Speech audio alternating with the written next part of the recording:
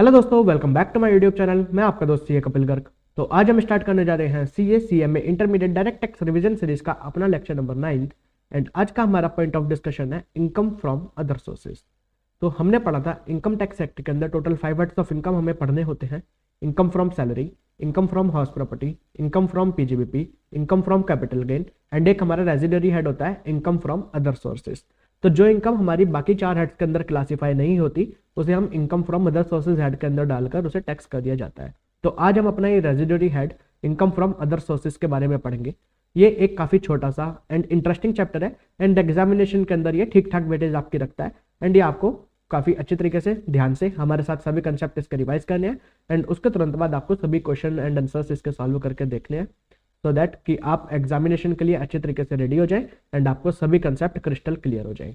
इसके लिए भी हम सेम मेथोडोलॉजी अपनाने जा रहे हैं जो हमने नवंबर 2023 अटेम्प्ट के लिए रिकॉर्डिंग करी थी।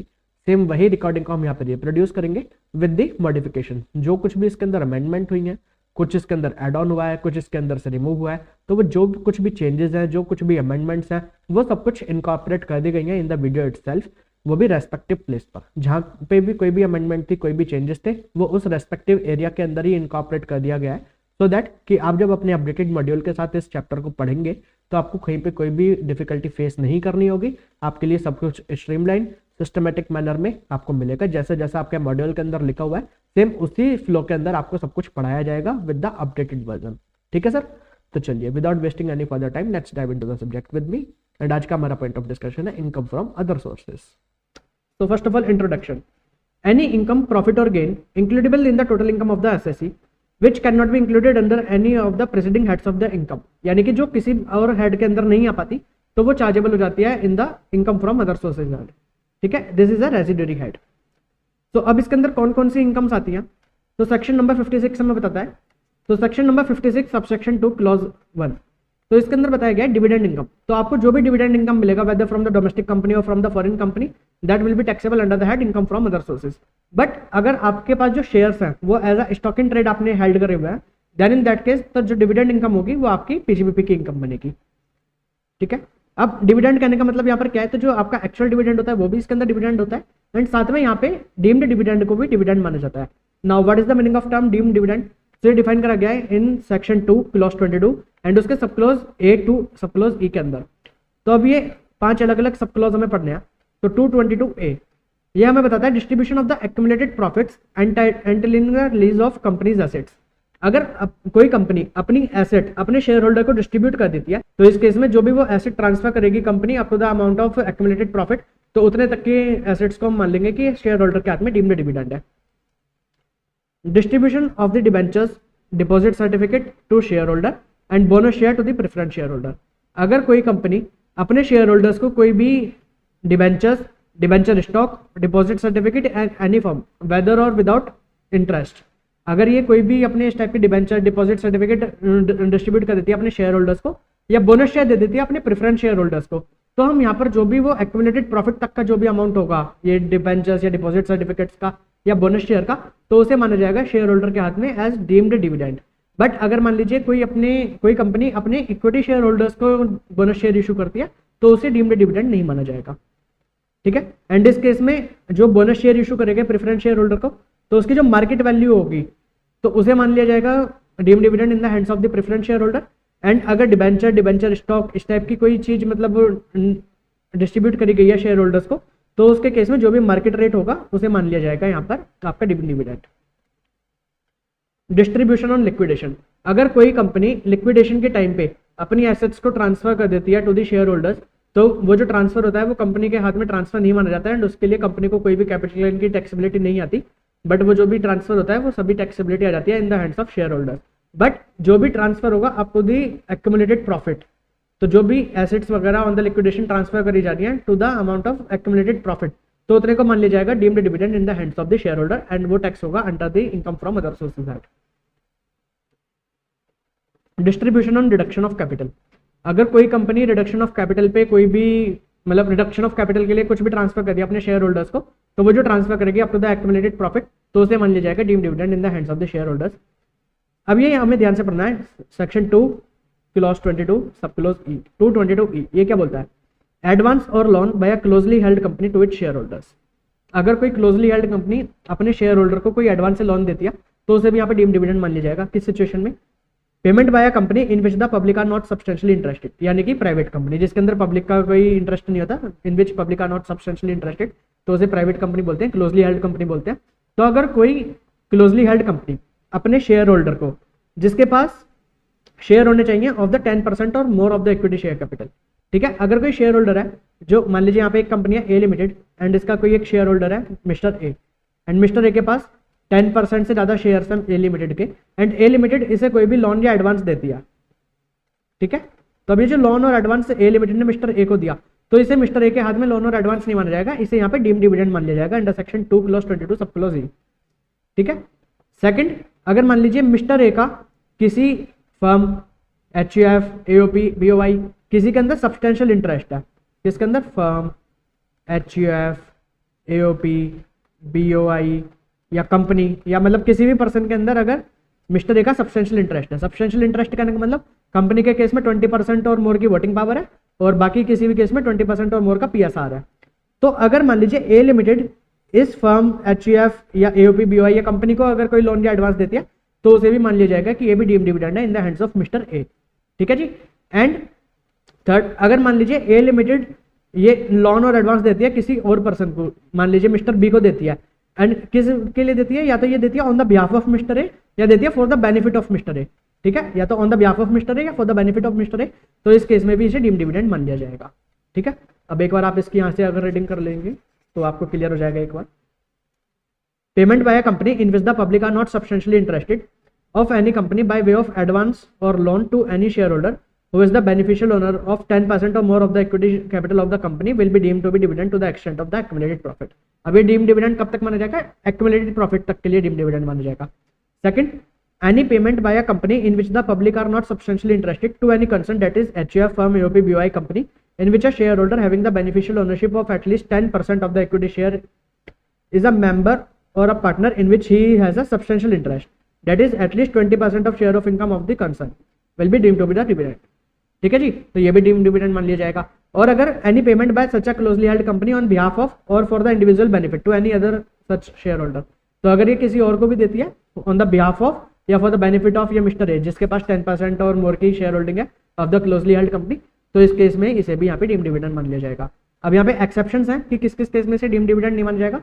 अगर जो कंपनी है उसका ordinary course of business he loan देना है, मतलब उसका काम ही लोन देना है, उसका फाइनेंसिंग कंपनी है कोई, तो इस केस में अगर वो लोन देती है अपने शेयर होल्डर को तो उसे यहाँ पे डीम्ड डिविडेंड नहीं माना जाएगा। और अगर dividend paid is set of against the deemed dividend, अब मान लीजिए फ्यूचर में वो कंपनी कभी एक्चुअल में डिविडेंड पे करती है एंड जिस मतलब जो शेयर होल्डर था जिसे उसने लोन और एडवांस दिया था उसे भी डिविडेंड देना है, बट अब वो डिविडेंड को सेट ऑफ कर देती है उस लोन और एडवांस से, तो अब वो जो लोन और एडवांस सेट ऑफ हो गया डिविडेंड से, तो अब इस केस में उसे डीम्ड डिविडेंड नहीं माना जाएगा। एंड यहाँ पर इससे कोई मतलब नहीं, अगर मान लीजिए यहाँ पे ये बाद में रीपेमेंट कर देता है शेयर होल्डर इस लोन का, या शेयर होल्डर से कंपनी एक जो मार्केट रेट पे इंटरेस्ट रेट चार्ज करती है, तो अगर ये सब भी कर लेता है स्टिल ये इसे डीम्ड डिविडेंड माना जाएगा। सब्सिक्वेंट रीपेमेंट ऑफ लोन और charge of interest at the market rate does not make any difference in the applicability of section 2 clause 22 सब क्लॉज ई, ठीक है जी। अदर एक्सेप्शंस क्या है? Distribution in respect of non participating shares issued for full cash consideration, any distribution made in accordance with clause C और D. Clause C कौन सा था? हमारा लिक्विडेशन वाला, अगर लिक्विडेशन पे अपनी एसेट ट्रांसफर कर दिया। डी था हमारा रिडक्शन ऑफ कैपिटल वाला। इन respect of any share issued for full cash consideration and the holder of such share is not entitled, अगर मान लीजिए कोई प्रेफरेंस शेयर होल्डर्स को इस टाइप से ये एसेट्स वगैरह दी जा रही है ऑन द लिक्विडेशन या on the reduction of capital, तो उसे यहाँ पे डीम्ड डिविडेंड नहीं माना जाएगा in the hands of preference share holders. Payment on buyback of share, अगर बायबैक ऑफ शेयर्स के टाइम पे पेमेंट करी जा रही है तो उसे भी यहाँ पे डीम्ड डिविडेंड नहीं माना जाएगा। Distribution of shares to the share holder on demerger by the resulting company, अगर रिजल्टिंग कंपनी अपने शेयर्स देती है to the share holder of the demerged company, तो उस केस में उसे डीम्ड डिविडेंड नहीं माना जाएगा यहाँ पर। अब यहाँ पे एक्यूमुलेटेड प्रॉफिट करने का मतलब क्या है? Accumulated profit in the point A B D and E. Point number A कौन सा था हमारा? एसेट्स ट्रांसफर कर दिया। पॉइंट नंबर बी था हमारा बोनस दे दिया, डिबेंचर या डिपॉजिट सर्टिफिकेट इशू कर दिया।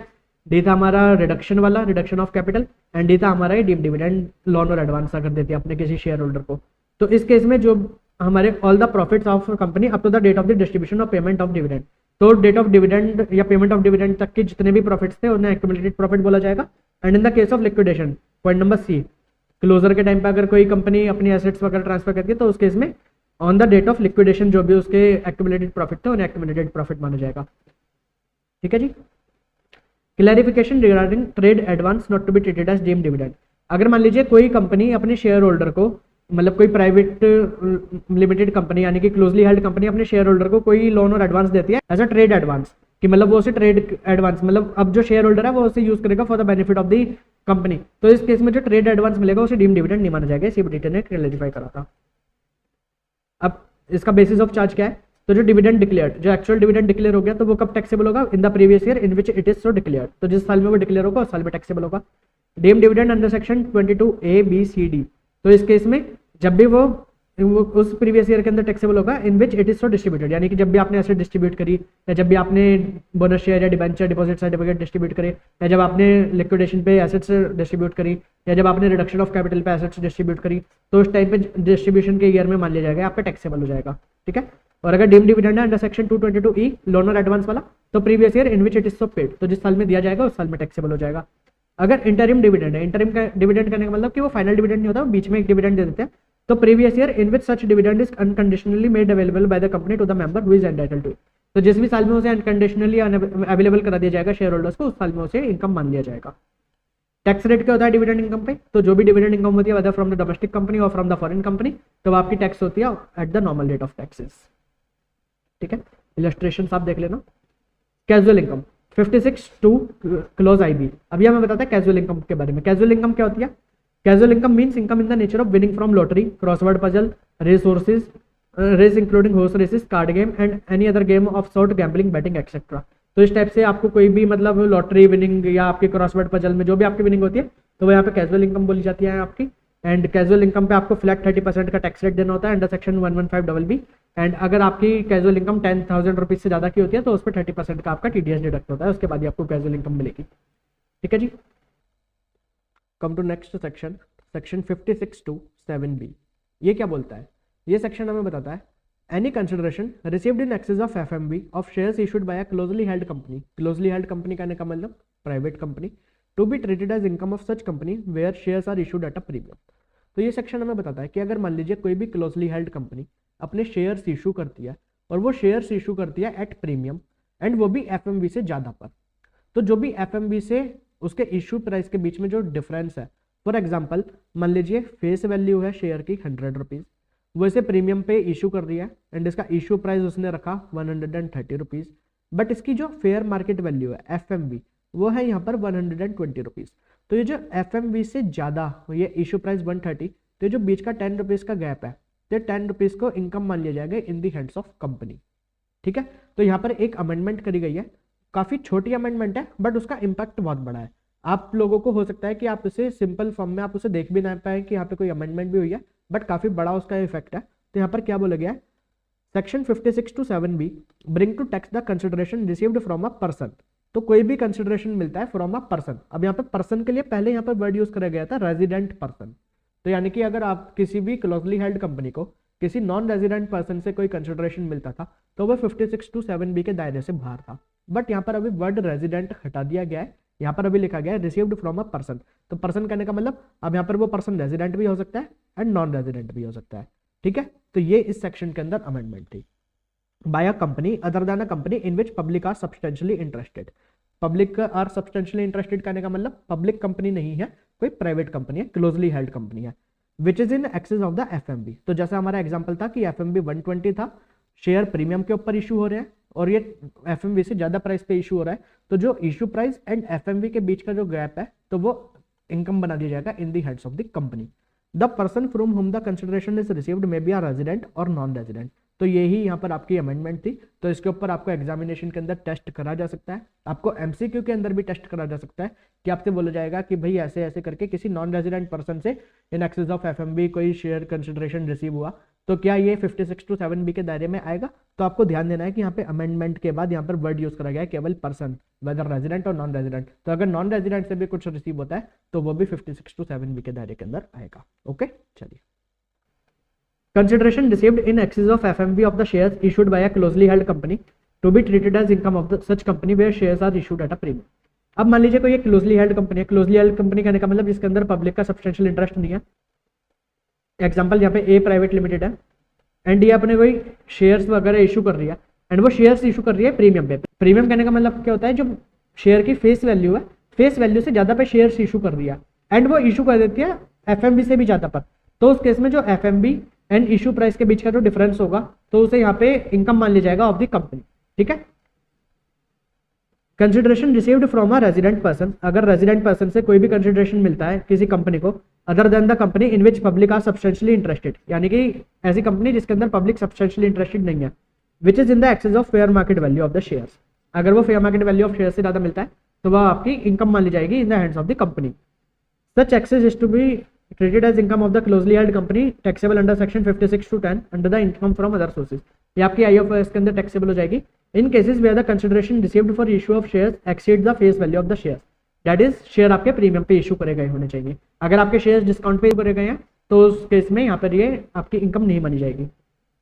एंड यहाँ पे एफएमवी ऑफ द शेयर कहने का मतलब क्या है, FMV of the share shall be higher of, तो आपको हायर लेना है किस किस का, determined in accordance with the prescribed method और substantiated by the company to the satisfaction of the AO based on the value of its assets on the date of the issue of shares। तो या तो जो आपकी determine करी गई हो as per the prescribe manner, या जो भी यहाँ पे अगर कंपनी सब्सटेंशिएट करा देती है AO को on the basis of the value of the assets on the date of the issue of shares, तो उस केस पे जो भी आपका हायर होगा उसे मान लिया जाएगा यहाँ पे आपकी एफएमवी ऑफ द शेयर्स। ठीक है। एंड आपको एफएमवी कंप्यूट करने के लिए जो भी आपकी intangible assets like goodwill, know how, copyright, trademark, licence, franchisee, तो इन सब की वैल्यू आपको कंसिडर करनी है। अब यहाँ पे आप एग्जांपल देख लीजिए। अब यहाँ पर देखिए कि फेस वैल्यू है शेयर की 100 रुपीज एंड ये इशू हो रहा है 130 पे, इसका मतलब कि ये यहाँ पर प्रीमियम पे इशू हो रहा है, 100 वाला शेयर 130 पे इशू हो रहा है, तो इस केस में यहाँ पे 56 to 7B की एप्लीकेबिलिटी तो आ जाएगी। एंड यहाँ पे शेयर की एफएमवी है 120, तो ये एफएमवी से भी ज़्यादा पर इशू हो रहा है, तो इस केस में जो डिफरेंस है यानी कि 10 रुपीज़, तो 10 रुपीज़ आपका टैक्सेबल हो जाएगा in the hands of the company under section 56 to 7B। ठीक है। सेकंड केस कि यहाँ पे फेस वैल्यू है 100 एंड इशू हो रहा है 120 पर, तो यानी कि प्रीमियम पे तो इशू हो रहा है बट एफएमवी से कम पर इशू हो रहा है, यहाँ पे एफएमवी 120 एंड इशू 110 पर हो रहा है, तो इस केस में यहाँ पर 56 to 7B के अंदर कोई भी टैक्सेबिलिटी नहीं आएगी इन the hands of the company. अब शेयर की फेस वैल्यू है 100 बट ये इशू प्राइस है इसका 98, तो जब 100 वाला शेयर 98 पे इशू हो रहा है तो ये मतलब डिस्काउंट पे इशू हो रहा है, तो डिस्काउंट वाले केस में ये 56 to 7B नहीं लगता, क्योंकि 56 to 7B लगता है ओनली इन द केस अगर यहाँ पे प्रीमियम पे इशू होता है। ठीक है जी। हमारा फोर्थ केस कि यहाँ पे फेस वैल्यू है इसकी 100, इशू हो रहा है ये 110 पे, यानी कि यहाँ पर ये प्रीमियम पे इशू हो रहा है एंड एफएमवी है इसकी 90, तो ये जो इन दोनों के बीच का डिफरेंस है 20 रुपीज़, तो ये टैक्सेबल हो जाएगा in the hands of the company under section 56 to 7B income from other sources. Interest received on compensation, enhance compensation deemed to be income in the year of receipt and taxable under the IFRS। तो जैसा कि मैंने आपको capital gain का chapter पढ़ाते time पे बताया था कि अगर मान लीजिए आपकी कोई एसेट कंपल्सरली एक्वायर कर लेती है गवर्नमेंट एंड उसके ऊपर आपको जो भी कंपनसेशन या एनहांस कंपनसेशन मिलेगा, तो वो जो पर्टिकुलर कंपनसेशन एनहांस कंपनसेशन होगा वो तो आपका टैक्सेबल हो जाएगा in the capital gain head. But आपको अगर कंपनसेशन या एनहांस कंपनसेशन लेट मिलता है तो लेट मिलने की वजह से जो उसके ऊपर आपको इंटरेस्ट मिलेगा तो वो इंटरेस्ट आपका टैक्सेबल होगा under the income from other sources. ठीक है। एंड ये कब आपका टैक्स होगा, जिस भी साल में आपको ये इंटरेस्ट एक्चुअली रिसीव होगा तो वो उस साल में आपका टैक्स हो जाएगा। ठीक है जी। Advance forfeited due to failure of negotiation for transfer of capital asset to be taxable as IFRS। अब मैंने ये भी आपको कैपिटल गेन के अंदर पढ़ाया था कि अगर कोई यहाँ पे पहले आपका एग्रीमेंट हुआ कोई ट्रांसफर के लिए, कोई sale of the land, building या कुछ भी एसेट्स के ट्रांसफर के लिए आपका एग्रीमेंट हुआ एंड वो एग्रीमेंट आपका बाद में फाइनलाइज नहीं हो पाया एंड एग्रीमेंट के टाइम पे आपने कोई भी टोकन मनी या एडवांस मनी आपने ले लिया था एंड वो आपने अब एग्रीमेंट फाइनलाइज नहीं होया तो आपने उसे फॉरफिट कर लिया, तो अब इस फॉरफीचर की किस टाइप से टैक्सेबिलिटी होती है, तो अगर आपने फॉरफिट करा है बिफोर 1 अप्रैल 2014 तो देन इन दैट केस तो वो आपकी कॉस्ट ऑफ एक्विजिशन में से जो भी आपका अमाउंट फॉरफिटेड होता था वो लेस होने के बाद आपको कॉस्ट ऑफ एक्विजिशन निकलती थी जब आप एक्चुअली अपनी एसेट को ट्रांसफर करते हैं। बट अगर आपने फॉरफिट करा है आफ्टर 1 अप्रैल 2014 ऑन और आफ्टर 1 अप्रैल 2014 तो इस केस में जिस भी साल में आपने जो भी अमाउंट फॉरफिट करा है वो आपका अमाउंट उसी साल में as income from other sources 56 to 9 के अंदर आपका टैक्सेबल हो जाएगा। ठीक है। तो मान लीजिए अगर आप 1 अप्रैल 2014 से पहले कोई भी मान लीजिए आपने 10 रुपये फॉरफिट कर लिए एंड आपकी यहाँ पे कॉस्ट ऑफ एसेट थी 100 रुपये, तो उसमें से 10 रुपये लेस कर दिए जाएंगे तो 90 रुपीज़ जो होगा वो आपकी कॉस्ट ऑफ एक्विजिशन मानी जाएगी।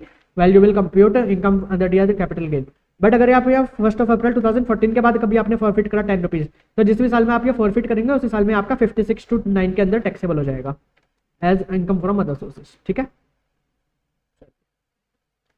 एनी सम ऑफ मनी और value of the property received without consideration और फॉर इनएडिक्वेट कंसिडरेशन। अब आपको कोई भी एसेट या कोई भी आपको मनी मिल जाता है विदाउट कंसिडरेशन या फॉर इनएडिक्वेट कंसिडरेशन, तो वह यहाँ पे आपका टैक्सेबल हो जाएगा under the 56 to 10 as income from other sources as gift. तो 56 to 10 को अब हमें पढ़ना है। तो अगर मान लीजिए आपको कोई सम ऑफ मनी मिलता है received without consideration, aggregate value of which exceeds 50,000, the whole aggregate value of such sum is chargeable to tax. आपको मान लीजिए 5-6 लोगों से आपको 6 लोगों ने 10-10 हज़ार रुपये कैश दे दिया, ठीक है। तो अब ये 6 लोगों से टोटल मिला तो ये आपका हो गया 60,000। अब ये 50,000 से ज़्यादा है तो ये आपका पूरा 60,000 टैक्सेबल हो जाएगा 56 to 10 में under income from other sources, ठीक है। अब अगर आपको मान लीजिए कोई इमूवेबल प्रॉपर्टी मिलती है, लैंड और बिल्डिंग और बोथ इमूवेबल प्रॉपर्टी, अगर इमूवेबल प्रॉपर्टी आपको मिलती है विदाउट कंसिडरेशन एंड उस इमूवेबल प्रॉपर्टी की स्टैम्प ड्यूटी वैल्यू है ग्रेटर देन 50,000, तो उस केस में जो भी आपकी स्टैम्प ड्यूटी वैल्यू होगी वो आपकी फुली टैक्सेबल हो जाएगी under section 56 to 10 as income from other sources. Second case कि अगर आप अपनी इमूवेबल प्रॉपर्टी को ट्रांसफर करते हैं फॉर इनएडिक्वेट कंसिडरेशन। यहाँ पर इनएडिक्वेट कंसिडरेशन करने का मतलब क्या है कि आपका जो एक्चुअल कंसिडरेशन है वो लेस देन है स्टैम्प ड्यूटी वैल्यू से। Let suppose stamp duty value है हमारी 10 लाख एंड हमारा एक्चुअल कंसिडरेशन है 9 लाख। तो अब ये जो हमारा actual consideration stamp duty value से कम है तो इसलिए हम इसे यहाँ पे बोलेंगे इनएडिक्वेट कंसिडरेशन। तो अब इस केस में हमारी टैक्सेबिलिटी कितने अमाउंट की आएगी, किस टाइप से आएगी, तो अगर जो हमारे डिफरेंस है stamp duty value and consideration के बीच का जो हमारा डिफरेंस है, अगर वो डिफरेंस हमारा मोर देन है higher of the 10% of the consideration, 10% of the consideration और 50,000 विच एवर इज हायर, अगर डिफरेंस इसके हायर से भी ज्यादा है, जैसे कि यहाँ पे हमारी कंसिडरेशन है 9 लाख, तो 9 लाख का 10% हमारा कितना होगा 90,000 और 50,000। अब इन दोनों का हायर क्या हुआ हमारा 90,000 एंड हमारे यहाँ पे जो डिफरेंस है एसडीवी एंड कंसिडरेशन का ये कितना है 1 लाख रुपीज, तो हमारा डिफरेंस 90,000 से ज्यादा है। तो इस केस में जो अब हमारा डिफरेंस है ये डिफरेंस हमारा टैक्सेबल हो जाएगा अंडर सेक्शन 56 to 10, ठीक है। The difference between the stamp duty value and the consideration shall be chargeable to tax in the hands of the assessee as income from other sources under section 56 to 10। Value to be considered where the date of agreement is different from the date of registration. अभी हमने capital gain के time पे भी पढ़ा था, ये हमने PGBP के टाइम पे भी पढ़ा था कि मान लीजिए आपका date of agreement and date of actual transfer इन दोनों के बीच में डिफरेंस है, तो आपको कौन सी एसडीवी यहाँ पर यूज करनी है, तो जनरली हमें यूज करनी होती है SDV as on date of the transfer. But यहाँ पर अगर मान लीजिए on the date of agreement आपने कोई पार्ट और फुल कंसिडरेशन पे कर दिया है by the way of account pay check, account pay bank draft, any other electronic clearance mode और any other specified mode। any other specified mode कहने का मतलब through debit card, credit card, NEFT, RTGS, Bhim UPI और any such kind of modes। तो अगर आपने कोई भी कंसिडरेशन फुल और पार्ट डेट ऑफ एग्रीमेंट पे पे कर दिया था तो इस केस में डेट ऑफ एग्रीमेंट की हम एसडीवी को कंसिडर कर लेंगे, अदरवाइज तो हम जो डेट ऑफ ट्रांसफर है उस दिन की एसडीवी को कंसिडर करा जाएगा यहाँ पर। और अगर मान लीजिए एसएससी यहाँ पे चैलेंज कर देता है कि जो एसडीवी है ये फेयर मार्केट वैल्यू से ज्यादा है एंड वो एसडीवी कहीं दूसरी कोर्ट्स के अंदर अभी तक चैलेंज नहीं करी गई है, तो यहाँ पर असेसिंग ऑफिसर उसे वैल्यूएशन ऑफिसर को वैल्यूएशन के लिए भी रेफर कर सकता है। एंड अगर यहाँ पे वैल्यूएशन ऑफिसर एसडीवी से ज्यादा का अमाउंट निकाल कर बता देते हैं कि जैसे हमारी एसडीवी 10 लाख थी एंड वैल्यूएशन ऑफिसर बताते हैं कि वैल्यू निकलती है 11 लाख, तो इस केस में 10 लाख को ही फुल वैल्यू ऑफ कंसिडरेशन मान लिया जाएगा। बट अगर वैल्यूएशन ऑफिसर बताते हैं कि वैल्यू है 9 लाख, तो इस केस में जो वैल्यूएशन ऑफिसर वैल्यू बताएंगे उस वैल्यू को यहाँ पे फुल वैल्यू ऑफ कंसिडरेशन मान लिया जाएगा, ठीक है। तो मतलब यहाँ पे जो टैक्सेबिलिटी के लिए वैल्यू ली जाएगी तो वो ये वाली वैल्यू ले ली जाएगी। अब इन the case of movable property other than immovable, अगर आपको विदाउट कंसिडरेशन मिलती है तो अगर आप उसकी FMV aggregate of the FMV of the movable property exceeds 50,000 तो वो आपका फुली टैक्सेबल हो जाएगा। और अगर फॉर इनएडिक्वेट कंसिडरेशन मिलती है, मान लीजिए 1 लाख रुपए की थी और आपको वो 95,000 में मिल गई, तो इस केस में 5,000 रुपए का डिफरेंस है। आपको और भी कोई एसेट्स मिलती हैं इसी टाइप से, तो अगर उनका एग्रीगेट 50,000 रुपीज से ज़्यादा हो जाता है तो उस डिफरेंस को यहाँ पे as income from other sources under the section 56 to 10 taxable कर दिया जाएगा। Applicability of 56 to 10, the provision of section 56 to 10 would apply only to the property which is in the nature of the capital asset of the recipient. तो अगर वो capital nature का है recipient के लिए तभी 56 to 10 की एप्लीकेबिलिटी होगी। अगर वो स्टॉक इन ट्रेड है तो इस केस में वो 56 to 10 यहाँ पे एप्लीकेबल नहीं होगा। Non applicability of section 56 to 10, अब 56 to 10 किस किस केसेस में एप्लीकेबल नहीं होगा, अगर आपको कोई भी मनी या कोई भी इमूवेबल प्रॉपर्टी या कोई भी मूवेबल प्रॉपर्टी इधर विदाउट कंसिडरेशन और फॉर इनएडिक्वेट कंसिडरेशन आपको मिलती है फ्रॉम एनी रिलेटिव, अगर रिलेटिव से मिलती है तो 56 to 10 अप्लाई नहीं होगा। On the occasion of the marriage of the individual, marriage के टाइम पे मिलती है तो 56 to 10 अप्लाई नहीं होगा। अगर आपको विल और बाय वे ऑफ इनहेरिटेंस मिलती है, अगर in contemplation of the that of the payer मिलती है, फ्रॉम एनी लोकल अथॉरिटी, अगर आपको किसी लोकल अथॉरिटी से मिलती है तो भी 56 to 10 अप्लाई नहीं होगा। फ्रॉम एनी फंड और फाउंडेशन और यूनिवर्सिटी और अदर एजुकेशनल इंस्टीट्यूशन और हॉस्पिटल और मेडिकल इंस्टीट्यूशन और एनी ट्रस्ट और इंस्टीट्यूशन, अगर इनसे मिलती है यानी किसी हॉस्पिटल से, किसी एजुकेशन फैसिलिटी से, किसी एजुकेशनल इंस्टीट्यूशन से, तो फिर उसके इसमें 56(10) अप्लाई नहीं होगा। अगर आपको किसी ट्रस्ट और इंस्टीट्यूशन से मिलती है या किसी ट्रस्ट और इंस्टीट्यूशन को मिलती है, से मिलती है या को मिलती है, तो इस केस में भी 56(10) अप्लाई नहीं होगा। एंड अभी जो हमने यहाँ पे फॉर्म पढ़े थे इन्हीं के सबके लिए बाय, अगर इनसे मिलते हैं तो भी 56(10) अप्लाई नहीं होगा, एंड अगर इनको मिलते हैं तो भी 56(10) अप्लाई नहीं होगा। किस किस को? By any fund, trust, institution, university, educational institution, hospital और अदर मेडिकल इंस्टीट्यूशन, इन्हें मिलती है या इनसे मिलती है तो 56(10) अप्लाई नहीं होगा।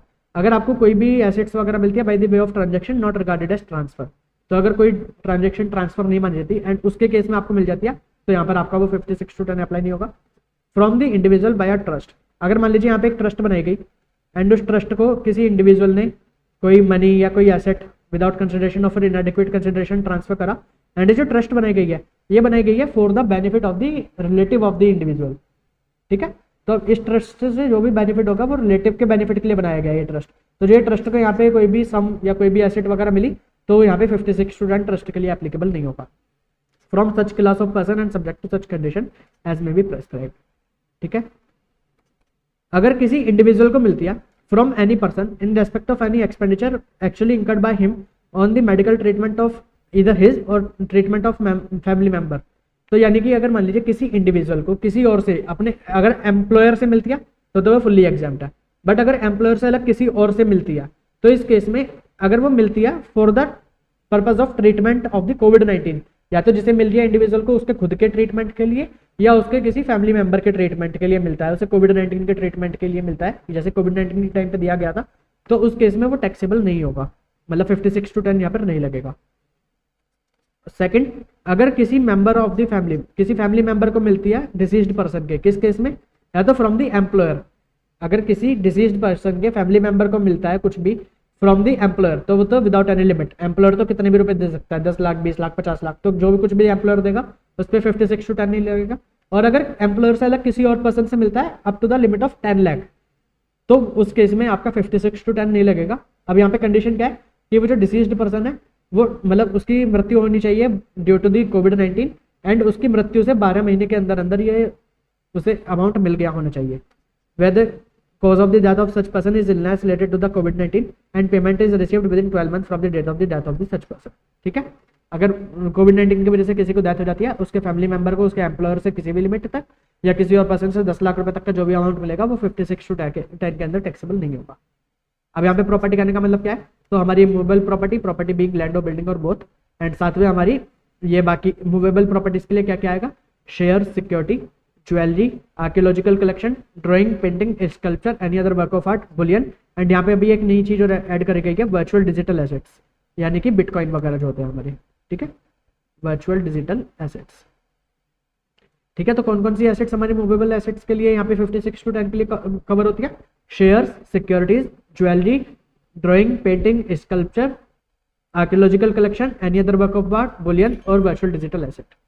एंड यहाँ पे रिलेटिव करने का मतलब क्या है? तो रिलेटिव के लिए जैसे यहाँ पे मान लेते हैं हम रिलेटिव, मैं आपको समझाता हूँ। तो यहाँ पर मिस्टर ए है तो मिस्टर ए के स्पाउस यानी कि मिसेज ए रिलेटिव है, मिस्टर ए के brother sister, brother and sister ये रिलेटिव है मिस्टर ए के लिए, मिस्टर ए के ईदर ऑफ द पेरेंट यानी कि इनकी मदर, इनके फादर, ये दोनों रिलेटिव हैं, मदर के ब्रदर सिस्टर ये भी रिलेटिव है, फादर के ब्रदर सिस्टर ये भी रिलेटिव है, मदर के ब्रदर सिस्टर यानी कि मामा, या अब इन सभी के स्पाउस भी रिलेटिव्स हैं यानी कि भैया भाभी, बहन जीजू और मदर फादर। अब मदर के ब्रदर यानी कि मामा मामी, मदर की सिस्टर यानी कि मौसा और मतलब मौसी जी और मौसा जी आपके। अब फादर के ब्रदर यानी कि ताऊ जी, चाचा जी या ताऊ जी या ताई जी या चाची जो भी। अब सिस्टर यानी कि बुआ और आपके फूफा जी। एंड यहाँ पे जो मिसेज हैं तो मिसेज के लिए क्या क्या कवर, अब यहाँ पे देख लीजिए। तो स्पाउस कवर हो गए, brother sister of the individual, brother sister of the spouse of the individual. Mrs हैं तो इनके भी ब्रदर सिस्टर, अब brother sister of either of the parents of the individual, any lineal ascendant और descendant of the individual. अब यहाँ पे linear ascendant करने का मतलब ये मदर फादर तो कवर हो गए इंडिविजुअल के भी एंड इंडिविजुअल की स्पाउस के भी, तो स्पाउस के ही मदर फादर कवर हो जाएंगे रिलेटिव्स के लिए, ठीक है जी।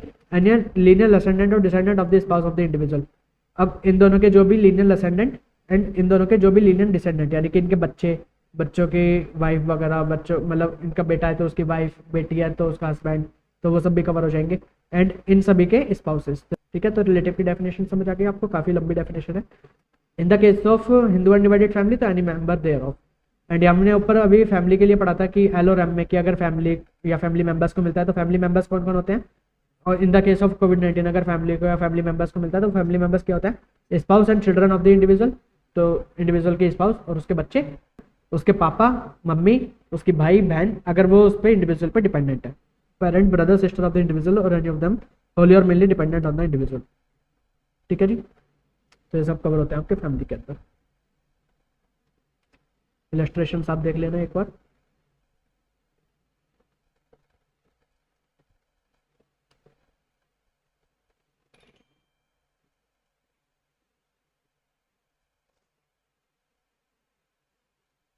Now, 56 to 11. Any compensation or any other payment received in connection with termination of his employment. अगर किसी पर्सन की एम्प्लॉयमेंट को टर्मिनेट कर दिया जाता है तो अगर वो अब उसे सम रिसीव हुआ है फ्रॉम हिज एम्प्लॉयर तो वो टैक्सेबल होगा under the head salary. But अगर वो सम उसे रिसीव हुआ है किसी और पर्सन से अदर देन एम्प्लॉयर, यानी कि जैसे कि आजकल कंसेप्ट चल रहा है कि आप अपनी जॉब का इंश्योरेंस करवा सकते हैं, एंड आपको अगर मान लीजिए आपके एम्प्लॉयर ने जॉब से निकाल दिया, अब आप इंश्योरेंस कंपनी से जाके उसका क्लेम मांगते हैं कि भाई मेरे को जॉब से निकाल दिया गया तो मेरे को इसका आप क्लेम दो। तो अब जो आपको इंश्योरेंस कंपनी जो क्लेम पे करेगी तो वो आपका एम्प्लॉयर नहीं है, तो any person other than employer से आपको टर्मिनेशन के ऊपर जो कंपनसेशन मिल रहा है तो वो आपका टैक्सेबल होगा under the section 56 to 11 under the head income from other sources. ठीक है, now come to point number 8। ये यहाँ पे न्यूली इंट्रोड्यूस्ड है तो ये आपको ध्यान से पढ़ना है। तो ये क्या बोलता है, 56 to 12 न्यूली इंट्रोड्यूस क्लॉज है ये 56 to 12। तो सिंपल लैंग्वेज में क्या बोलता है कि अगर किसी भी एसएससी को कोई भी सम रिसीव होता है on the life insurance policy other than the ULIP and keyman insurance policy तो वो आपका टैक्सेबल होगा as income from other sources. But कौन सा वाला टैक्सेबल नहीं होगा, अगर किसी के परसेंट आपको डिडक्शन मिल जाती है अंडर सेक्शन 1010D। तो जिसकी आपको 1010D के अंदर डिडक्शन नहीं मिलती उससे अलग जो भी आपको life insurance premium life insurance policy का जो भी सम रिसीव होता है तो वो आपका टैक्सेबल होगा under section 56 to 12 under the head income from other sources. तो अब हम इसे एक बार रीड कर लेते हैं। Sum received including the amount allocated by way of bonus. तो आपको जो भी सम रिसीव हुआ इंक्लूडिंग bonus under a life insurance policy other than the ULIP and keyman insurance policy which is not exempt under section 1010D। तो जो आपका 1010D के अंदर एग्जाम्प्ट है तो वो तो यहाँ पर आपका टैक्सेबल नहीं होगा, बट जो 1010D के अंदर एग्जाम्प्ट नहीं है वो आपका टैक्सेबल हो जाएगा। तो अब 1010D के अंदर कौन सा एग्जाम्प्ट है सबसे पहले हमें वो जानना पड़ेगा, तो उसके लिए हम पढ़ लेते हैं exemption under section 1010D in respect of policy issued before 1 अप्रैल 2003। अगर आपने कोई भी पॉलिसी 1 अप्रैल 2003 से पहले ली थी तो उस केस में जो भी आपको सम रिसीव होगा अंडर LIP इंक्लूडिंग बोनस तो वो आपका फुल्ली एग्जाम्प्ट था विदाउट एनी कंडीशन। तो अगर आपकी कोई भी पॉलिसी जो कि आपने इशू कराई थी 1 अप्रैल 2003 से पहले उसका मिलने वाला जो भी आपका सम है अलॉन्ग विद जो भी उसके ऊपर आपको बोनस मिल रहा है वो विदाउट एनी कंडीशन आपका फुल्ली एग्जाम्प्ट है। ठीक, इन respect of policies issued between 1 April 2003 and 31 मार्च 2012। अगर आपकी कोई पॉलिसी इशू हुई थी बिटवीन दिस पीरियड 1 अप्रैल 2003 से 31 मार्च 2012, इस बीच आपकी कोई भी पॉलिसी इशू हुई थी तो उसमें आपको कब एग्जाम्पशन मिलेगी, तो उसमें आपको जो भी सम रिसीव होगा अलॉन्ग विद बोनस वो आपका एग्जाम्प्ट है। बट उसके लिए कंडीशन क्या बताई गई है, however exemption would not be available if the premium payable for any of the year during the term of the policy exceed 20% of the actual capital sum assured। तो for example यहाँ पर क्या बोला गया है कि आपको जो भी LIP के जो सम मिलेगा अलॉन्ग विद बोनस वो आपका फुल्ली एग्जाम्प्ट है अंडर सेक्शन 1010D, बट वो आपका एग्जाम्प्ट नहीं होगा अगर आपने during the tenure of the LIP आपने कभी भी उसका premium 20% of the actual sum assured से ज्यादा पे करा है। तो यहाँ पर आपको एग्जांपल से समझाता हूँ, मान लीजिए आपका एक्चुअल सम एश्योर्ड है 10 लाख, तो अगर आपने प्रीमियम पे करा है in any 1 year exceeding 20% of the actual sum assured, यानी कि लेट्स सपोज आपने किसी एक साल के अंदर 2,50,000 रुपीज का प्रीमियम पे करा है for that LIP life insurance policy, तो इस केस में जो भी इसके ऊपर मिलने वाला सम एंड अलॉन्ग विद बोनस जो कुछ भी आपको मिलेगा at the time of maturity वगैरह तो वो आपका यहाँ पर एग्जाम्प्ट नहीं होगा अंडर सेक्शन 1010D। तो 1010D के अंदर कब एग्जाम्प्ट होगा, अगर आपने कभी भी 20% of the actual sum assured से ज्यादा का आपने प्रीमियम पे नहीं करा होना चाहिए, यानी कि अगर आपका एक्चुअल सम एश्योर्ड 10 लाख रुपए है तो आपने हमेशा premium in any year 2 lakh रुपए से ज्यादा का प्रीमियम आपने पे नहीं करा हो, तभी आपको मैच्योरिटी के टाइम पर या जब भी आपकी LIP को आप रिडीम कराते हैं तो उस टाइम पर जो भी आपको सम मिलेगा अलॉन्ग विद द बोनस वो आपका एग्जाम्प्ट होगा अंडर सेक्शन 1010D। तो अब जो हम यहाँ पे सेक्शन पढ़ रहे हैं 56 to 12, तो वो बोलता है कि जो आपका एग्जाम्प्ट नहीं होता अंडर सेक्शन 1010D तो वो आपका टैक्सेबल हो जाएगा under section 56 to 12 and as income from other sources. तो इस केस में मान लीजिए आपने कभी भी 2.5 लाख रुपीज का अगर मतलब 20% से ज्यादा का आपने कभी भी प्रीमियम पे कर दिया, हमारे केस में 2.5 लाख रुपीज का आपने प्रीमियम पे कर दिया, तो अभी आपका 10(10)D के अंदर एग्जेम्प्ट नहीं होगा। तो इस पे जो भी मिलने वाला सम अलॉन्ग विद द इंटरेस्ट वो आपका टैक्सेबल हो जाएगा अंडर सेक्शन 56 to 12। तो समझ आया आपको ये बात? चलिए next, in respect of policies issued on और आफ्टर 1 अप्रैल 12 बट बिफोर 1 अप्रैल 2013, यानी कि इस एक साल के दौरान आपकी कोई भी पॉलिसी इशू हुई थी, कौन से टर्म के दौरान? 1 अप्रैल 2012 से 31 मार्च 2013, यानी कि 1 अप्रैल 2013 से पहले 1 अप्रैल 12 से 1 अप्रैल 2013 के बीच में कोई भी पॉलिसी इशू हुई थी, तो उस पर मिलने वाला जो भी आपका सम अलॉन्ग विद द बोनस आपका एग्जाम्प्ट होगा अगर आपने किसी भी साल के अंदर उसका premium 10% of the actual sum assured से कम पे करा है। अगर आपने किसी भी साल में premium 10% of the actual sum assured से ज्यादा पे कर दिया है तो फिर वो आपका टैक्सेबल हो जाएगा अंडर सेक्शन 56 to 12।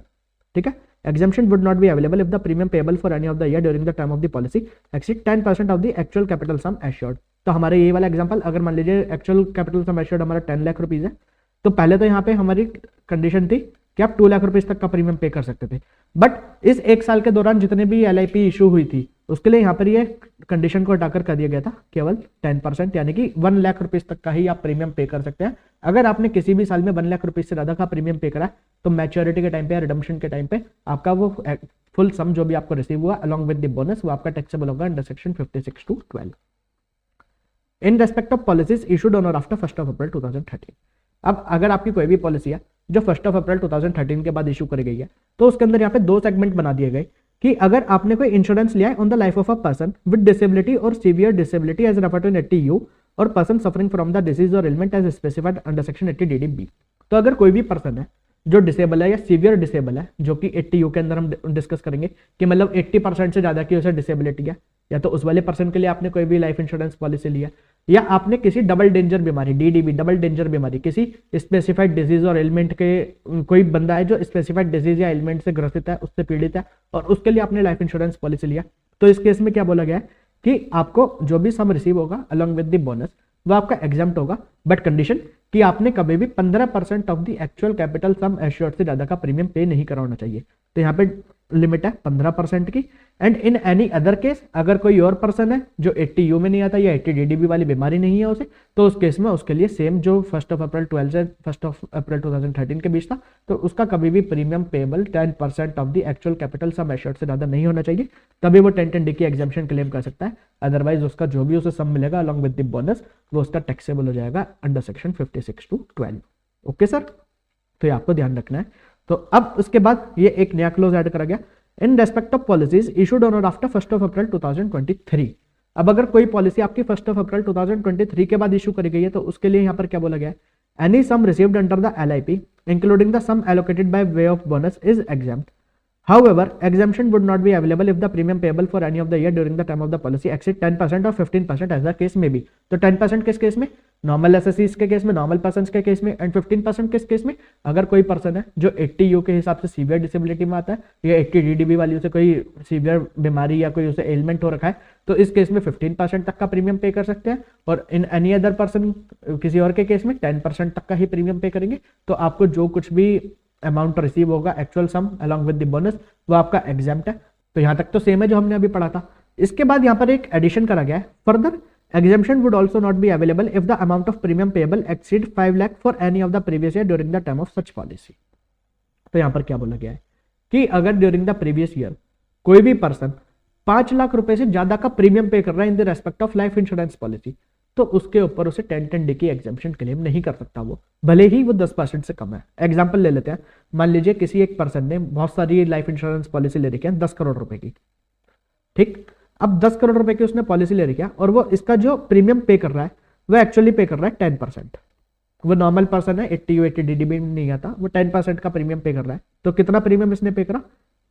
इसने प्रीमियम पे करा 1 करोड़ रुपए का। तो इस केस में अब यहां पर वो इस 1 करोड़ रुपए जो भी अब इसे 10 करोड़ रुपए के परसेंट जो कुछ भी उसे मिलेगा यहाँ पर actually sum along with the bonus, वो इसका यहाँ पर एग्जेम्प्ट नहीं होगा अगर उसने पॉलिसी लिया ऑन और आफ्टर 1 अप्रैल 2023। क्यों नहीं होगा? क्योंकि यहाँ पर एक कंडीशन लगा दी गई है कि अगर आपने during the previous year during the year आपने 5 लाख रुपए से ज्यादा के प्रीमियम पे करे हैं इन respect of life insurance policy, तो फिर वो जो 5 लाख रुपए से एक्सेस वाला अमाउंट है उसके ऊपर आपको यहाँ पर कोई भी एग्जाम्पशन नहीं मिलेगी अंडर सेक्शन 1010D। ठीक है। In case where premium is payable by a person for more than 1 LIP, अगर एक LIP से ज्यादा आपने ले रखी है, and the aggregate of premium payable on such policy exceed 5 lakh for any of the previous year during the term of any such policy, exemption would be available in respect of only those policy at the option of the assessee whose aggregate premium payable does not exceed 5 lakh for any of the previous year during their term। तो अब यहाँ पर क्या बोला गया है कि अगर मान लीजिए किसी पर्सन ने एक से ज्यादा पॉलिसी ले रखी है एंड फिर उन सबका एग्रीगेट मिलाकर उसका जो प्रीमियम पेबल बनता है for any of the year, तो वो 5 लाख रुपए से ज्यादा का बन जाता है। तो इस केस में असेसी अपनी चॉइस पे, मान लीजिए उसने 5 पॉलिसी ले रखी है और इन सबका एग्रीगेट प्रीमियम मिलाकर बनता है 10 लाख रुपए, तो अब यहाँ पर असेसी की चॉइस है कि वो कोई भी ऐसी पॉलिसीज छाट सकता है जिसका एग्रीगेट प्रीमियम 5 लाख रुपए से कम बनता है, एंड उसके लिए तो वो 1010D की एग्जाम्पशन क्लेम कर सकता है। उसके अलावा जो भी उसकी पॉलिसीज होंगी वो उसकी टैक्सेबल हो जाएंगी अंडर सेक्शन 56 to 12। ठीक है। तो अगर मान लीजिए एक से ज्यादा आपकी पॉलिसीज आपने ले रखी हैं, तो उसमें से on the option of the assessee कुछ पॉलिसीज को जिसका एग्रीगेट प्रीमियम 5 लाख रुपए से कम है उस पर 1010D क्लेम कर सकता है। बाकी बची हुई जितनी भी उसकी पॉलिसीज होंगी वो सभी उसकी 56 to 12 के अंदर टैक्सेबल हो जाएंगी। Any sum is received on the death of a person is exempt irrespective of the annual premium payable on the policy. The condition of payment of premium of 10%, 15%, 20%, 5 lakh would not be applicable। अगर मान लीजिए life insurance policy का amount आपको मिलता है on the death of the person, मतलब जिसने life insurance policy ले रखी थी उसकी डेथ हो जाती है, उस टाइम पर आपको कोई भी यहाँ पे सम मिलता है अलॉन्ग विद द बोनस, तो वो यहाँ पर आपका फुल्ली एग्जाम्प्ट होगा विदाउट एनी कंडीशन कि आपने प्रीमियम 10% से ज्यादा पे करा, 15% से ज्यादा पे करा, 5 लाख से ज्यादा पे करा, ये सभी कंडीशन उस टाइम पर आपको नहीं चेक करनी। अगर किसी की डेथ पे मिलता है तो वो आपका फुल्ली एग्जाम्प्ट है। ठीक सर, चलिए। And income chargeable under the head income from other sources only if not chargeable under the head income from PGBP। अगर ये आपकी इनकम्स PGBP के अंदर कवर नहीं हो पाती ड्यू टू सम रीजंस, तो ये आपकी इनकम फ्रॉम अदर सोर्सेज के अंदर कवर हो जाएंगी। कौन कौन सी? Any sum received by the employer assessee from his employees as contribution to any PF superannuation fund और any other fund for the welfare of the employee. यानी कि जैसे कि मैंने आपको PGBP के टाइम पे बताया था कि अगर एम्प्लॉय अपना शेयर अपने एम्प्लॉयर को दे देता है कि भाई ये आप मेरे बिहाफ पे कंट्रीब्यूट कर देना इन माय PF और सुपरएनुएशन फंड, तो वो जब भी वो देता है तो वो इनकम बन जाती है of the employer as per the definition of income under section 2। तो अब वो एम्प्लॉयर की इनकम बन जाएगी, तो यहाँ पे वो IFRS के अंदर टैक्स रहेगी अगर वो PGBP की तरह टैक्स नहीं हो पा रही। Income from letting on hire machinery plant और फर्नीचर। अगर मान लीजिए किसी पर्सन का ये बिजनेस है कि वो लेट आउट करता है मशीनरी प्लांट फर्नीचर, तो वो उसकी PGBP की इनकम बनेगी। बट अगर वो उसका बिजनेस नहीं है, जैसे मान लीजिए आपके पास कोई प्लांट मशीनरी है एंड वो आपने पड़ोसी को अपने मतलब रेंट पे दे दी, तब जो पड़ोसी से आपको रेंट मिलेगा तो वो आपका देने का बिजनेस नहीं था, वो तो आपके पास रखी थी, आपने अपने पड़ोसी को यूज करने के लिए दे दी, तब जो आपने उससे रेंट लिया तो वो आपका इनकम फ्रॉम अदर सोर्सेज के अंदर टैक्सेबल होगा। Where letting out of building is inseparable from letting out of machinery, plant or furniture, the income from such letting। अगर मान लीजिए आप बिल्डिंग और वो प्लांट मशीनरी साथ में लेट आउट करते हैं, तो इस केस में जो भी आपको वहां से रिसिप्ट होगी, अगर वो आपकी PGBP की इनकम नहीं बनती तो वो आपकी IFRS की इनकम बन जाएगी। इंटरेस्ट ऑन सिक्योरिटीज, अगर आपने कोई सिक्योरिटीज हेल्ड करी है स्टॉक इन ट्रेड, तो उसके ऊपर जो भी इंटरेस्ट होगा वो PGBP का होगा, बट अगर वो PGBP के अंदर टैक्स नहीं होती तो वो आपका IFRS के अंदर टैक्स हो जाएगा। एंड यहाँ पे कुछ इंटरेस्ट को एग्जाम्पशन मिलती है एज पर सेक्शन 10 क्लॉज 15, तो वो कौन कौन से हैं? Income by way of interest, premium on redemption और other payment on the notified securities, bond, annuity certificate और other saving certificate is exempt. ठीक है। तो notified security, bond, annuity certificate के ऊपर जो भी आपको इंटरेस्ट या प्रीमियम मिलता है, अंडर रिडम्पशन या कुछ भी मिलता है, तो वो आपका एग्जाम्प्ट होता है। And interest on the post office saving bank account, तो ये अभी तक हमारा फुल्ली एग्जाम्प्ट होता था, बट अब ये एग्जाम्प्ट होगा टू अ सर्टेन लिमिट। कितने? In the case of individual account आपका 3500 रुपीज तक की एग्जाम्पशन मिलेगी आपको per year, and in the case of joint account आपको 7000 रुपीज तक की एग्जाम्पशन मिलेगी। Interest on gold deposit bond और deposit certificate issued under the gold monetisation scheme, तो इस पे जो भी आपको इंटरेस्ट मिलेगा वो आपका एग्जाम्प्ट होता है। Interest on bonds issued by the local authority और स्टेट पूल्ड फाइनेंस एंटिटी, अगर कोई लोकल अथॉरिटी या स्टेट पूल्ड फाइनेंस एंटिटी अपना कोई भी बॉन्ड्स इशू कर दिया एंड उसके ऊपर जो आपको इंटरेस्ट मिलेगा तो वो आपका एग्जाम्प्ट इंटरेस्ट होता है। कीमैन इंश्योरेंस पॉलिसी, अब कीमैन इंश्योरेंस पॉलिसी के केस में जो भी आपको सम इंक्लूडिंग बोनस अगर एम्प्लॉयर को मिलता है तो वो टैक्स हो जाता है अंडर द हेड PGBP, अगर वो एम्प्लॉय को मिलता है तो वो टैक्स हो जाता है under the head salary, and अगर वो किसी थर्ड पर्सन को मिलता है जहाँ पर एम्प्लॉय रिलेशनशिप नहीं होता तो उस केस में वो टैक्स हो जाता है इनकम फ्रॉम अदर सोर्सेज में। ठीक है जी। Now come to point 4 which talks about residual income. तो ये क्या बोलता है कि अगर आपकी कोई भी इनकम आपके किसी भी हेड ऑफ इनकम के अंदर टैक्सेबल नहीं होती फॉर एनी रीजन, आपके मतलब वो बाकी 4 हेड्स के अंदर नहीं आती, income from salary, income from house property, income from PGBP, income from capital gain, तो उसे इनकम फ्रॉम अदर सोर्सेज के अंदर टैक्स कर दिया जाएगा। जैसा कि मैंने आपको स्टार्टिंग में ही बताया था कि आपका एक रेजिडरी क्लॉज है, तो कोई भी इनकम आपकी कहीं और नहीं आती तो वो आपकी इनकम फ्रॉम अदर सोर्सेज के अंदर टैक्स कर दी जाती है। इसका एग्जाम्पल क्या दे रखा है? Salary received by MPs and MLAs, तो जो एमपी एंड एमएलए को सैलरी मिलती है तो वो आपकी सैलरी हेड के अंदर टैक्सेबल नहीं होती। अब वो सैलरी हेड के अंदर टैक्सेबल नहीं होती, क्यों नहीं होती? क्योंकि हमने सैलरी पढ़ते टाइम पर पढ़ा था कि there should be employer employee relationship, payer and payee के बीच में एम्प्लॉयर एम्प्लॉय रिलेशनशिप होनी चाहिए, तभी होने वाली income under the act salary बोली जाएगी। बट जो एमपीज एंड एमएलएज होते हैं तो ये एम्प्लॉयर एम्प्लॉय रिलेशनशिप नहीं होता, ये एज अ रिप्रेजेंटेटिव कैपेसिटी काम करते हैं, तो इसलिए इन्हें वहां पर एम्प्लॉय नहीं बोला जा सकता। तो इसलिए इन्हें जो भी सैलरी मिलती है तो वो इनकी सैलरी हेड के अंदर टैक्सेबल नहीं होती। बट अब वो सैलरी हेड के अंदर टैक्सेबल नहीं होती तो उसे टैक्सेबल कर दिया जाता है under the head income from other sources. ठीक है sir. However, following income of the member of parliament or state legislature will be exempt under section 1017. But उनकी कुछ इनकम को एग्जाम्पशन मिली है फ्रॉम सेक्शन 10 क्लॉज 17। तो वो कौन कौन सी इनकम्स हैं? डेली अलाउंसेस, अगर मेंबर ऑफ पार्लियामेंट को कोई भी डेली अलाउंसेस मिलते हैं तो वो उनकी एग्जाम्प्ट इनकम है, वो उनकी चार्जेबल टू टैक्स नहीं होती। कॉन्स्टिट्यूएंसी अलाउंसेस ऑफ एमपीज और constituency allowance of the MLAs, अगर एमपीज एंड एमएलएज को कोई भी कॉन्स्टिट्यूएंसी अलाउंस मिलते हैं तो वो सभी एग्जाम्प्ट होते हैं एंड वो चार्जेबल टू टैक्स नहीं होते। There are other exemption also in respect of certain income. अब यहाँ पर कुछ और हमें एग्जाम्पशन भी डिस्कस करनी है। Section 10 clause 4 sub clause 2, interest on money standing to the credit of individual in his NRE account. अगर मान लीजिए किसी भी पर्सन का यहाँ पर कोई ये नॉन रेजिडेंट एक्सटर्नल अकाउंट है और उसके अंदर कोई उसका सम पड़ा है एंड उसके ऊपर जो उसे इंटरेस्ट मिलता है इंडिया के अंदर, तो वो यहाँ पर उसे एग्जाम्पशन दे दी जाती है। जो उसे इंटरेस्ट रिसीव हुआ वो उसका इंडिया के अंदर चार्जेबल टू टैक्स नहीं होगा। तो उसके लिए क्या क्या कंडीशंस हैं तो वो पढ़ लेते हैं।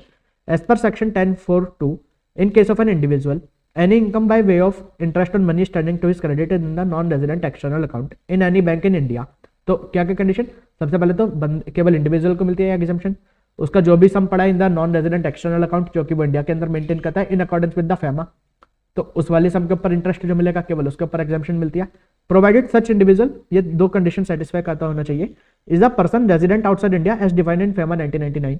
तो यानी कि वो रेजिडेंट आउटसाइड इंडिया होना चाहिए एज पर द फैमा, मतलब इनकम टैक्स के रूल्स नहीं देखेंगे यहाँ पर रेजिडेंशियल स्टेटस के लिए, वो रेजिडेंट आउटसाइड इंडिया होना चाहिए as per the rules as specified in FEMA 1999 and is a person who has been permitted by the RBI in India to maintain such account. यानी कि दो कंडीशन क्या क्या सेटिस्फाई करनी है कि पहली बात तो पर्सन रेजिडेंट आउटसाइड इंडिया होना चाहिए as defined under FEMA act 1999 and secondly उस पर्सन को परमिट करा होना चाहिए आरबीआई ने कि वो अपना ये बैंक अकाउंट इंडिया के अंदर मेंटेन कर सकता है। अगर वो ये दो कंडीशन सेटिस्फाई करता है तो उसके नॉन रेजिडेंट एक्सटर्नल अकाउंट के अंदर जो भी सम है उसके ऊपर जो कुछ भी उसे इंटरेस्ट एक्रू हो गया रिसीव होगा तो वो उसका चार्जेबल टू टैक्स नहीं होगा, उसे एग्जाम्पशन मिल जाएगी bye the purpose of section 10 clause 4 sub clause 2। चलिए, compensation received on account of disaster, section 10 clause 10(b)(c)। तो अगर मान लीजिए सेंट्रल गवर्नमेंट या स्टेट गवर्नमेंट या किसी भी लोकल अथॉरिटी से कोई भी सम रिसीव होता है किसी पर्सन को ऑन दी डिजास्टर, मतलब कोई डिजास्टर की वजह से कोई सम कोई कंपनसेशन रिसीव होता है। फॉर एग्जांपल जैसे आपको पता होगा कि भोपाल गैस ट्रेजेडी हुई थी, तो भोपाल गैस ट्रेजेडी के टाइम पर जिन लोगों को जो कुछ भी डिफिकल्टीज फेस करनी पड़ी थी तो उन्हें कुछ कंपनसेशन दे दिया गया स्टेट गवर्नमेंट सेंट्रल गवर्नमेंट के द्वारा, तो वो जो कंपनसेशन मिलता है तो उसे यहाँ पर नहीं बोला जाता आपकी इनकम, वो यहाँ पर आपकी एग्जाम्प्ट इनकम होती है। जैसे अभी एक रेल हादसा हुआ था तो रेल हादसा के विक्टिम्स को कोई कंपनसेशन दे दिया गया bye the central government state government, तो वो यहाँ पर आपकी इनकम नहीं बनाई जाती, जिसे भी वो मिलता है वो यहाँ पर एग्जाम्प्ट होता है by the purpose of section 10 clause 10(b)(c). This clause exempt any amount received or receivable as compensation by an individual or his legal heir, या तो इंडिविजुअल को खुद को मिल रहा है या इंडिविजुअल की डेथ हो गई है उसके लीगल ईयर को मिलता है on account of any disaster. अब डिजास्टर कहने का मतलब क्या होता है? Disaster mean a catastrophe, mishappening, calamity और grave occurrence in any area, जैसे कि हमने पढ़ा भोपाल गैस ट्रेजेडी या हमने जैसे देखा अभी वो रेल एक्सीडेंट हुआ था एक, अराइजिंग फ्रॉम नेचुरल और मैन मेड कॉजेज, तो नेचुरल भी हो सकते हैं मैन मेड भी हो सकते हैं और बाय एक्सीडेंट, तो नेचुरल हो सकते हैं मैन मेड हो सकते हैं और एक्सीडेंट से भी हो सकते हैं। It should have effect of causing substantial loss of life और ह्यूमन सफरिंग, तो जैसे Bhopal gas tragedy, damage to and any destruction of property या डैमेज टू और डिग्रेडेशन ऑफ द एनवायरमेंट।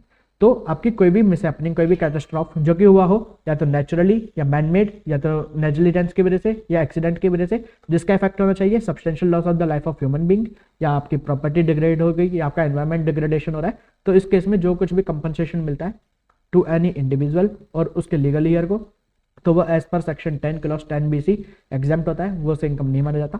इसकी कंडीशन क्या है? Such compensation should be granted by the central government or state government or local authority. तो जो compensation मिला है वो इन तीन लोगों से मिला था, सेंट्रल गवर्नमेंट या तो स्टेट गवर्नमेंट या तो लोकल अथॉरिटी।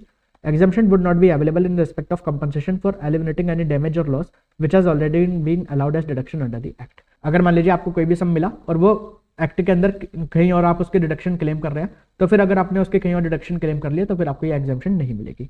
ठीक sir. And it should be of such a nature or magnitude as to beyond the coping capacity of the community of the affected area. तो ये इफेक्टेड एरिया की जो community थी उसकी coping capacity से ज़्यादा का होना चाहिए। जैसे कि भोपाल गैस ट्रेजेडी इसका बेस्ट एग्जाम्पल है, आप उसे याद रखना, भोपाल गैस ट्रेजेडी। ठीक है सर, चलिए। एंड इवन आप इसे ऐसे याद भी कर सकते हैं कि 1010 BC Bhopal gas tragedy, BC से आप भोपाल गैस ट्रेजेडी, भोपाल के इस टाइप से याद कर सकते हैं, सेक्शन नंबर भी। एजुकेशनल स्कॉलरशिप, अगर कोई भी आपको एजुकेशनल स्कॉलरशिप मिलती है, इर्रेस्पेक्टिव कहाँ से मिल रही है, किस अमाउंट की मिल रही है, वो फुल्ली आपकी एग्जाम्प्ट होती है। The value of scholarship granted to meet the cost of education, आपकी कॉस्ट ऑफ एजुकेशन को मीट करने के लिए आपको जो भी स्कॉलरशिप मिलती है would be exempt from tax in the hands of recipient respect of the amount और सोर्स ऑफ स्कॉलरशिप। कितनी मिली, कहाँ से मिली, उससे कोई मतलब नहीं। अगर आपकी कॉस्ट ऑफ एक्विजिशन को मीट करने के लिए आपको कोई भी स्कॉलरशिप मिलती है वो रेसिपेंट के हैंड्स में फुल्ली एग्जाम्प्ट है। Award for literary, scientific and artistic work and other awards by the government, अगर गवर्नमेंट कोई भी अवार्ड्स देती है फॉर द लिटरेरी, साइंटिफिक और आर्टिस्टिक वर्क, जैसे अभी मोदी जी ने भी कुछ अवार्ड्स बांटे थे पीछे, तो अगर इस टाइप से कोई भी अवार्ड्स देते हैं तो उसके बीच में जो कुछ भी इनकम होती है रेसिपिएंट की तो वो फुल्ली एग्जाम्प्ट है। ठीक sir. Clause 5, payment in competition of pension received from a setup by LIC, section 1010A। तो ये क्या बताता है कि अगर LIC ने अपना कोई फंड सेटअप करा हुआ है as approved by the IRDA and उसमें आपको कोई भी कम्यूटेड पेंशन मिलती है उस फंड के हिसाब से, तो वो जो भी आपको कम्यूटेड पेंशन मिलेगी तो वो आपकी एग्जाम्प्ट है, वो आपकी चार्जेबल टू टैक्स नहीं होगी। ठीक है। एंड यहाँ पर एक ये क्लैरिफिकेशन डाला गया है, interest from the non SLR securities of the bank. तो इस केस में जो नॉन SLR सिक्योरिटीज के ऊपर जो इंटरेस्ट मिल रहा है बैंक को, तो ये आपका इनकम फ्रॉम अदर सोर्सेज के अंदर टैक्स होगा या आपका PGBP के अंदर टैक्स होगा।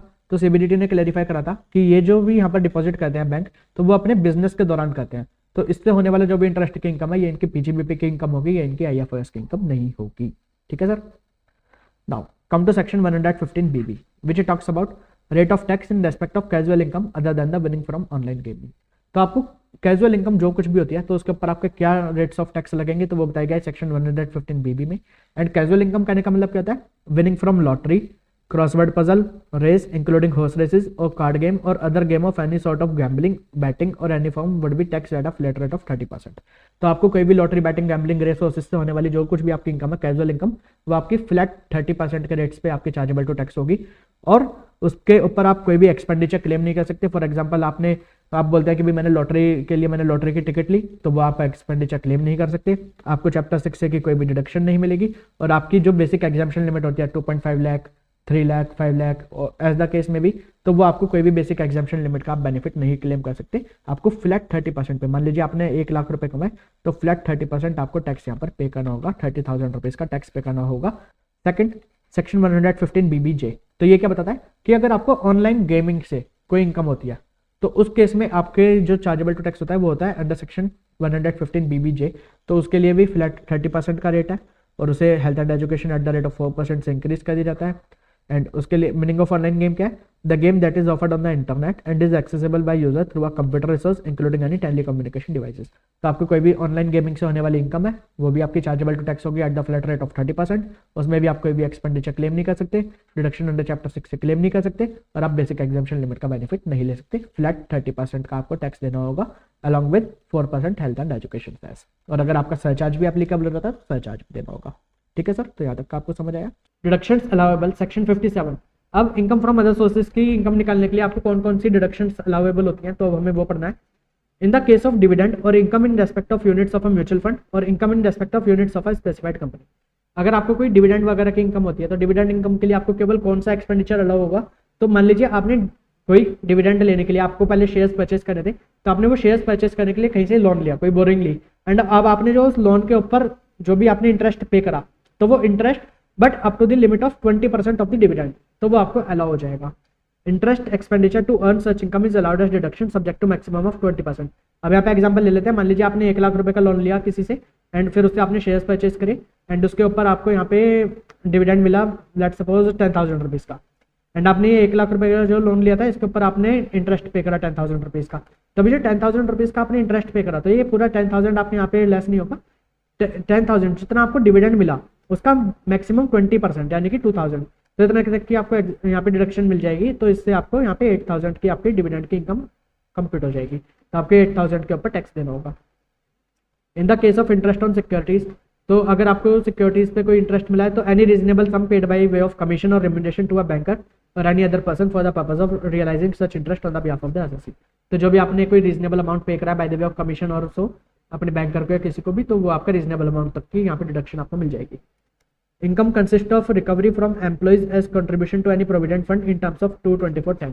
तो अगर एम्प्लॉई अपना कोई शेयर दे देता है एम्प्लॉयर को कि ये मेरे ब्याह पे जमा करवा देना इन दी पीएफ और सुपर एनुएशन फंड, तो इसमें डिडक्शन अगर एम्प्लॉयर उस पर्टिकुलर एक्ट लाइक ईपीएफ की जो पर्टिकुलर एक्ट के अंदर जो डेट मेंशन करी गई है कि इस डेट तक आपको कंट्रीब्यूशन करना है, अगर उस डेट तक वो कंट्रीब्यूशन कर देता है तो उसे अंडर सेक्शन 36 डिडक्शन मिल जाएगी। अदरवाइज ये उसके हाथ में इनकम बन जाएगी एम्प्लॉयर के हाथ में एंड इसकी डिडक्शन उसे कभी भी नहीं मिलेगी। Where the income to be charge under this head is from letting on hire of machinery plant furniture. तो अगर आप कोई भी प्लांट फर्नीचर मशीनरी ये रेंट पे देते हैं तो उससे जो होने वाली इनकम है तो उसके लिए आप कौन कौन सी डिडक्शंस क्लेम कर सकते हैं। Amount paid on account of current repairs, अगर आपने उसके अंदर कोई करंट रिपेयर करवाए तो उसके खर्चे आप क्लेम कर सकते हैं।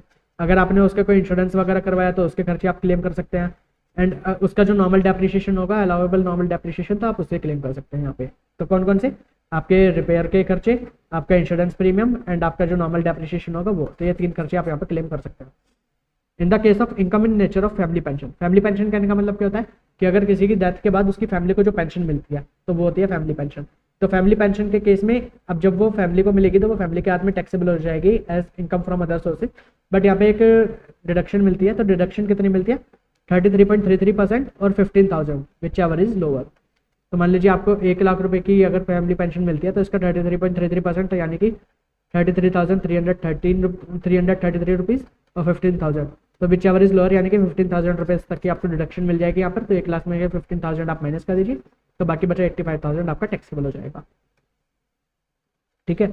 For the purpose of this deduction family pension means a regular monthly amount payable by the employer to a person belonging to the family of an employee in the event of his death. तो death के time पे जो भी आपको यहाँ पे monthly payment मिलेगी from the employer, तो यहाँ पे फैमिली पेंशन का मतलब वो है।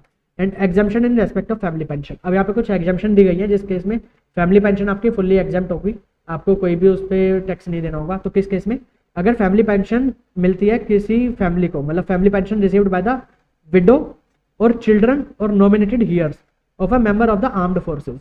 अगर कोई आर्म्ड फोर्सेज के मेंबर हैं लाइक हमारी जो सेना में जो लोग होते हैं जवान, अगर उनकी विडो को या उनके बच्चों को या उनके किसी भी अपॉइंटेड लीगल ईयर को मिलती है फैमिली पेंशन, एंड कब मिलती है कि वो आर्म्ड फोर्सेज मतलब जो हमारे सेना के जवान थे उनकी डेथ हो गई थी ड्यूरिंग दी सर्विस, कि मतलब वो सेना मतलब बॉर्डर पे लड़ाई कर रहे थे एंड उसके दौरान उनकी डेथ हो जाती है, तो अब उस डेथ पे जो भी फैमिली पेंशन मिलेगी तो वो फैमिली के हाथ में टैक्सेबल नहीं होगी, वो एग्जाम्प्ट होगी। और अगर फैमिली पेंशन मिलती है किसी भी मेंबर ऑफ द फैमिली को of an individual who had been in the service of the central और state government and had been awarded by the Paramvir चक्र, महावीर चक्र और वीर चक्र।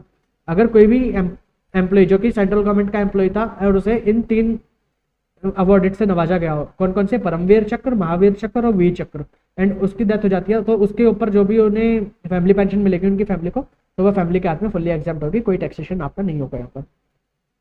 Any expenditure not being in the nature of capital expenditure laid out or expended wholly and exclusively for the purpose of making earning such income. तो आपने जो भी capital expenditure अलग कोई भी अगर आपने एक्सपेंडिचर कराए जो कि आपने फुली इस इनकम को अर्न करने के लिए कराए तो उसकी यहाँ पे आपको डिडक्शन मिल जाएगी। In case of income by way of interest on compensation और इनहांस कंपनसेशन, अगर आपको कोई भी इंटरेस्ट मिलता है कंपनसेशन पे या इनहांस कंपनसेशन पे, जब आपकी कैपिटल एसेट कंपल्सरी एक्वायर हो जाती है तो उसके कंपनसेशन या इनहांस कंपनसेशन की देरी की वजह से आपको उस पर कोई इंटरेस्ट मिलता है तो उसमें आपको 50% की स्टैंडर्ड डिडक्शन मिल जाएगी। मान लीजिए आपको 10,000 रुपीज़ का अगर इंटरेस्ट मिलता है तो स्टैंडर्ड आपको 5,000 रुपीज़ की डिडक्शन मिलकर 5,000 रुपीज़ आपका टैक्सेबल होगा एंड इसके बाद कोई और यहाँ पे आप डिडक्शन नहीं ले सकते, स्टैंडर्ड डिडक्शन मिलती है आपको 50% की। इलस्ट्रेशन आप देख लेना। अब डिडक्शन कौन कौन सी अलाउेबल नहीं होती, सेक्शन 58 हमें ये बताता है। तो in case of any SSC, अगर आपका कोई भी एक्सपेंडिचर है पर्सनल नेचर का तो वो आपको अलाउ नहीं होगा। अगर आपने कोई भी एक्सपेंडिचर कराया इंटरेस्ट का which is chargeable to tax and but वो आपने पे कराया आउटसाइड इंडिया एंड उसके ऊपर आपने टैक्स पे नहीं करा या डिडक्ट नहीं करा, मतलब टैक्स डिडक्ट नहीं करा और टैक्स डिडक्ट कर लिया आपने पे नहीं करा, तो आपको वो इंटरेस्ट की जो यहाँ पे डिडक्शन नहीं मिलेगी। अगर आपने कोई भी पेमेंट करी है by the way of salary किसी पर्सन को आउटसाइड इंडिया एंड उसके ऊपर आपने टैक्स डिडक्ट नहीं करा या पे नहीं करा तो ये जो सैलरी की पेमेंट होगी तो आपको ये भी यहाँ पे डिडक्शन नहीं मिलेगी। ठीक है। Any expenditure in respect of which payment is made to related person, अगर आप अब किसी एक्सपेंडिचर की पेमेंट करते हैं अपने रिलेटेड पर्सन को एंड असेसिंग ऑफिसर को लगता है कि वो आपकी कुछ अनरीजनेबल पेमेंट है, मतलब अनरीजनेबली हाई पेमेंट कर दी, तो जितनी रीजनेबल पेमेंट होगी वो तो आपको अलाउ हो जाएगी एज डिडक्शन, बट जो भी आपकी अनरीजनेबल पेमेंट होगी असेसिंग ऑफिसर को अगर वो अनरीजनेबल लगती है तो वो आपकी डिसअलाउ हो जाएगी। Payment is made to a related person to the extent same is considered excessive or unreasonable by the assessing officer having regard to the FMV.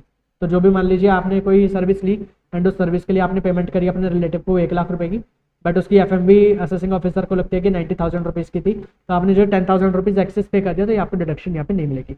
और अगर आप कोई भी पेमेंट करते हैं to any person in a day otherwise than by way of account payee cheque, account payee bank draft, electronic clear system or any other specified mode of payment like credit card, debit card, NEFT, RTGS, और उससे ज़्यादा की payment यानी कि आप cash में कोई payment कर देते हैं 10,000 रुपीज़ से ज़्यादा in a day to a person, तो वो जो भी आप पेमेंट करेंगे तो वो आपकी एक्सपेंडिचर अलाउेबल एक्सपेंडिचर नहीं है, उसकी आपको डिडक्शन नहीं मिलेगी। Disallowance of 30% of the expenditure. 30% of the expenditure shall not be allowed in respect of a sum which is payable to a resident and on which tax is deductible at source. अगर मान लीजिए आप किसी resident को कोई खर्चा करते हैं, मतलब आप किसी रेजिडेंट को कोई पेमेंट करते हैं फॉर एनी एक्सपेंडिचर एंड उसके ऊपर टैक्स डिडक्टिबल था, बट वो आपने या तो डिडक्ट नहीं करा या डिडक्ट करने के बाद वो आपने 139 सबसेक्शन 1 की रिटर्न फाइलिंग की ड्यू डेट से पहले डिपॉजिट नहीं कराया, तो इस केस में आपको 30% ऑफ द एक्सपेंडिचर डिसअलाउ हो जाएगा। मान लीजिए आपने टोटल एक्सपेंडिचर करा था 1 लाख रुपए का, उसके ऊपर आपको टैक्स डिडक्टिबल था, बट आपने टीडीएस डिडक्ट नहीं करा या डिडक्ट करने के बाद 139 सबसेक्शन 1 की ड्यू डेट से पहले आपने जमा नहीं कराया, तो इस केस में आपको 30,000 रुपीज़ की डिडक्शन नहीं मिलेगी, 70,000 रुपीज़ तक की डिडक्शन आपको मिल जाएगी। ठीक है, तो 30,000 आपका डिसअलाउ हो जाएगा। No deduction in respect of any expenditure incurred in connection with casual income. अगर आप कैजुअल इनकम कमाने के लिए कोई भी खर्चा करते हैं, any form of expenditure for earning casual income, आप लॉटरी, बैटिंग, गैम्बलिंग, मान लीजिए आपने लॉटरी का टिकट खरीदा, तो जो भी आप खर्चा करेंगे तो वो कोई भी खर्चा आपका अलाउेबल एक्सपेंडिचर नहीं है, आपकी जितनी भी कैजुअल इनकम होगी वो आपकी डायरेक्टली 30% के रेट पे टैक्सेबल हो जाएगी, तो उसमें आपको कोई 6A की डिडक्शन नहीं मिलेगी, आपको बेसिक एग्जम्पशन लिमिट का बेनिफिट नहीं मिलेगा। तो इसी के साथ हमारे यहाँ पे चैप्टर खत्म हो जाता है ये, एंड हमारे टोटल 5 हेड्स ऑफ इनकम आज कंप्लीट हो जाते हैं। तो अभी आपको क्या करना है, अभी आपको सभी क्वेश्चन, सभी इलस्ट्रेशन, सभी टेस्ट नॉलेज के क्वेश्चन, प्रीवियस ईयर के आरटीपी, एमटीपी, आप इन्हें एक बार सॉल्व करके देख लीजिए, एंड जो भी अगर आपको डाउट आता है तो वो आप मेरे से पूछ सकते हैं। एंड आप अपनी पढ़ाई पे पूरा फोकस रखिए, पढ़ाई करते रहिए, मोटिवेटेड रहिए, आप अपने पे विश्वास रखिए। अगर आप अपने पे विश्वास रखकर पढ़ाई करेंगे so you will definitely top the exams, and अच्छी तरीके से पढ़ाई करते रहिए। मतलब एग्जाम्स के बाद आपको ऐसा फील नहीं होना चाहिए कि अगर मैं थोड़ी और मेहनत कर लेता तो शायद मेरा रिजल्ट कुछ और आता। अगर आपके मन में बाद में ये वाली बात आती है कि अगर मैं थोड़ी और मेहनत कर लेता, तो इसका मतलब है कि आपकी मेहनत के अंदर कोई कमी रह गई थी, तो आपको वो कोई भी कमी अपनी मेहनत के अंदर नहीं छोड़नी, आपको अपना 100% देना है। एक ही बार की बात है, अगर आप एक बार पढ़ के जल्दी से पास हो जाएंगे फिर उसके बाद आप अपनी लाइफ को एंजॉय कर सकते हैं जल्दी से। अगर आप इसी के अंदर फंसे रहेंगे तो फिर ये बाद में आपको प्रॉब्लम होगी, आपकी जितनी भी ये यंग एज है वो आपको पढ़ाई करते करते निकाल देंगे, तो बाद में आप एंजॉय कब करेंगे, तो मजा नहीं आएगा। तो फटाफट से सीए को कंप्लीट करके फिर आप अपनी लाइफ में फुल एंजॉय करिए, एंड यही बस था। एंड आप वीडियो को देखिए, इसे अपने फ्रेंड्स के साथ शेयर करिए for the benefits of public at large. आप वीडियो को लाइक करिए, चैनल को सब्सक्राइब करिए, एंड प्लीज बेल आइकन को हिट कर दीजिए सो दैट कि आपको सभी नोटिफिकेशंस टाइम से मिलते रहें। So stay happy and thank you, goodbye, signing of.